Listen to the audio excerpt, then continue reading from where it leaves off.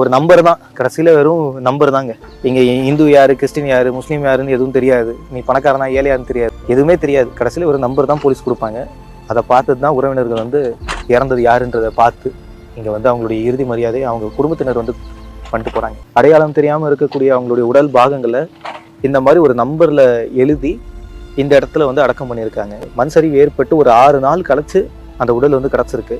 அடக்கம் செய்யப்பட்ட உடல்களுக்கு முன்னாடி பார்த்தீங்கன்னா இந்த ஃபஸ்ட்டு ரூம் ஃபுல்லாக பார்த்தீங்கன்னா மலர் வளையம் ஒன்று வைக்கப்பட்டிருக்கு. அதில் வந்து கேரளா கவர்மெண்ட்டுன்ற விஷயத்த மலையாளத்தில் பொறிச்சிருக்காங்க போல. நான் இங்கே இருக்கவங்க கிட்ட கேட்டு தெரிஞ்சுக்கிட்டேன். கேரளா கவர்மெண்ட் வந்து என்ன பண்ணியிருக்காங்கன்னா, இறந்தவங்களுக்கு மரியாதை செலுத்தக்கூடிய விதமாக மலர் வளையங்களை இங்கே வச்சு அவங்களுக்கு மரியாதையை கொடுத்து இந்த இடம் ஃபுல்லாகவே பார்த்தீங்கன்னா தெரியும். நேற்று தான் இவங்களுடைய உடலை வந்து நைட் டைமில் ஒரு 8-7 மணி அந்த அளவில் உடலை வந்து அடக்கம் செஞ்சாங்க. நாங்கள் முண்டக்கை, புஞ்சேரி மட்டம் இந்த மாதிரி பகுதிகளெலாம் போயிட்டு நடந்த விஷயங்களை பதிவு பண்ணிவிட்டு நாங்கள் கிளம்பி போயிட்டுருந்தோம். போயிட்டுருக்கும்போது எங்களை நோக்கி ஒரு 4-5 ஆம்புலன்ஸு சரமாரியாக சருன்னு வந்துக்கிட்டே இருந்தது வேகமாக. என்ன இத்தனை ஆம்புலன்ஸ் வந்துக்கிட்டு இருக்குது, ஏதோ பிரச்சனை போல் அப்படின்னு பார்த்தோம். அதுக்கப்புறமா தான் தெரியுது நாங்கள் முடிஞ்சிருச்சுன்னு சொல்லிட்டு அந்த ஒரு ஸ்டேஜுக்கு அப்புறம் இருட்டிருச்சுன்னா இந்த முண்டக்கை பகுதியில் இந்த மண் சரிவு ஏற்பட்ட அந்த பகுதியை வந்து க்ளோஸ் பண்ணுறாங்க. அதுக்கு மேலே தோண்ட வேணாம்னு சொல்லிட்டு ஒரு இருட்டின பிறகு க்ளோஸ் பண்ணுறாங்க. நாங்கள் இருட்டின பிறகு கிளம்பிட்டோம். அந்த டைம்லாம் ஏகப்பட்ட ஆம்புலன்ஸ் வந்து போயிட்டு இருந்தது. அடுத்த நாள் காலையில் பார்க்கும்போது தான் தெரிஞ்சிருக்கு அந்த டைமில் சில உடல்களை வந்து கண்டெடுத்திருக்காங்க. உடல்களை கண்டெடுத்த பிறகு அந்த டைம்லேயே அந்த பாடிஸை வந்து ஐடென்டிஃபை பண்ணிவிட்டு அதுக்கான டிஎன்ஏ சாம்பிள்ஸை எடுத்துகிட்டு கவர்மெண்ட் வந்து எடுத்து வச்சுருக்காங்க. பின்னர் அவங்களுடைய உடலை இந்த மாதிரி தகனம் செஞ்சு அவங்களுக்கான இறுதி மரியாதையை கொடுத்து அடக்கம் பண்ணியிருக்காங்க. என்னை சுற்றி இருக்கக்கூடியவங்களாம் இங்கே முகாம் ஒன்று அமைச்சு இந்த இடத்துல தான் நேற்று வந்து அதுக்கான மரியாதையை கொடுத்து ப்ரேயர்ஸ்லாம் பண்ணி முடிச்சிட்ட பிறகு இங்கே அடக்கம் செஞ்சாங்க.